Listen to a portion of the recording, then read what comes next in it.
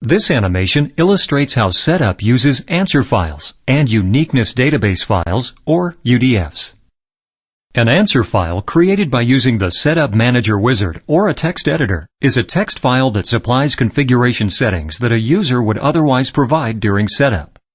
During an automated setup, an answer file provides configuration settings common to all computers for which it will be used. An answer file has two parts. The section title, for example, user data, appears in brackets and describes the category of parameters that follow.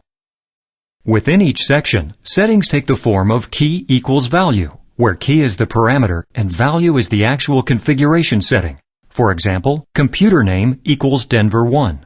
When more than one computer name is entered into an answer file, a UDF named unattend.udb is automatically created. A UDF provides configuration settings unique to each computer and has two sections with syntax very similar to an answer file.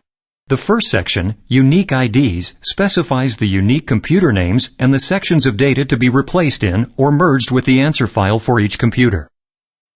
The second section contains the actual values to be used by setup for those sections. Initially, a UDF contains only the computer names in the user data section, but it can be modified to include any settings that can be configured in setup. Consider this example. An answer file is created for all computers in an American corporation. However, the corporation has three locations: Vancouver, Washington, Denver, Colorado, and Miami, Florida, each of which has different needs. Each computer must be associated with a specific user in a specific department.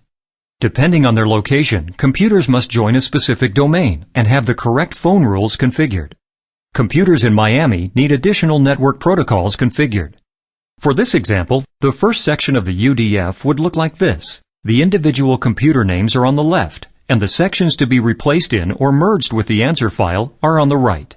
The user data section will contain computer and user information.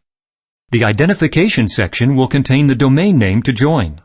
The TAPI location section will contain the dialing rules. The networking section will contain the additional networking protocols to be configured for Miami computers.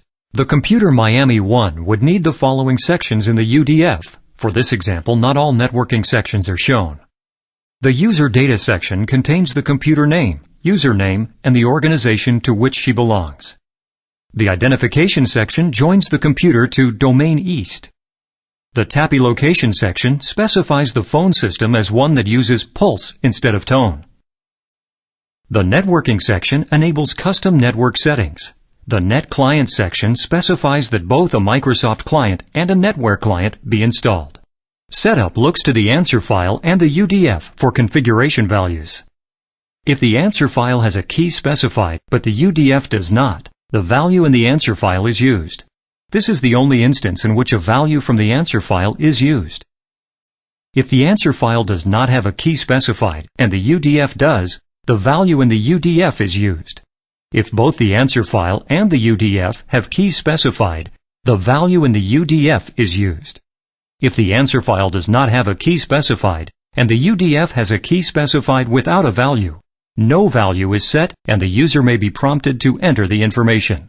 If the answer file does not have a section and/or key specified and the UDF does, the section and key are created and used by setup.